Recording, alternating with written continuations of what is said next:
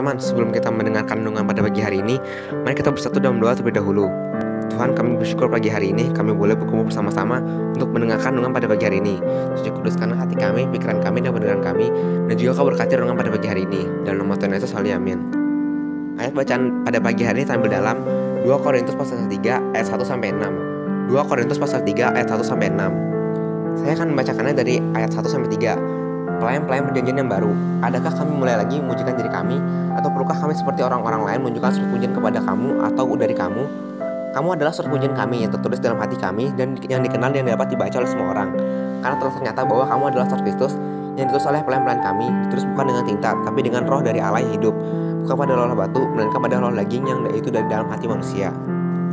Judul renungan kita pada pagi hari ini adalah Aku Hanya Pelaksana.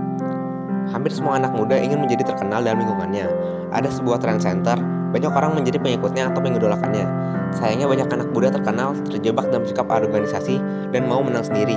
Mereka menjadi orang yang haus akan popularitas. Hal ini terjadi karena ketakutannya sendiri. Ia takut bila teman-temannya mengidolakannya berpaling daripadanya.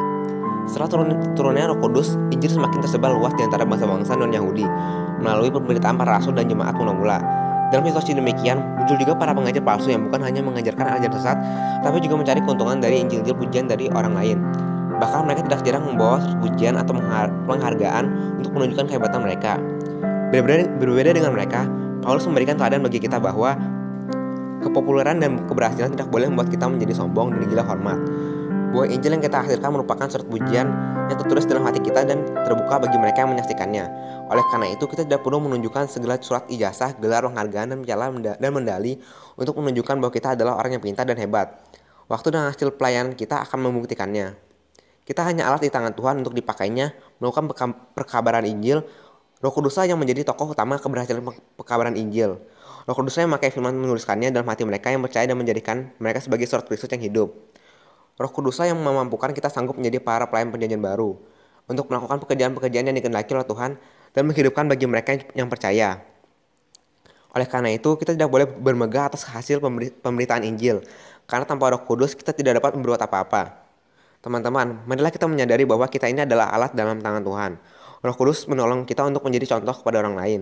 Biarlah lewat sikap hidup kita, orang belajar untuk hidup lebih baik.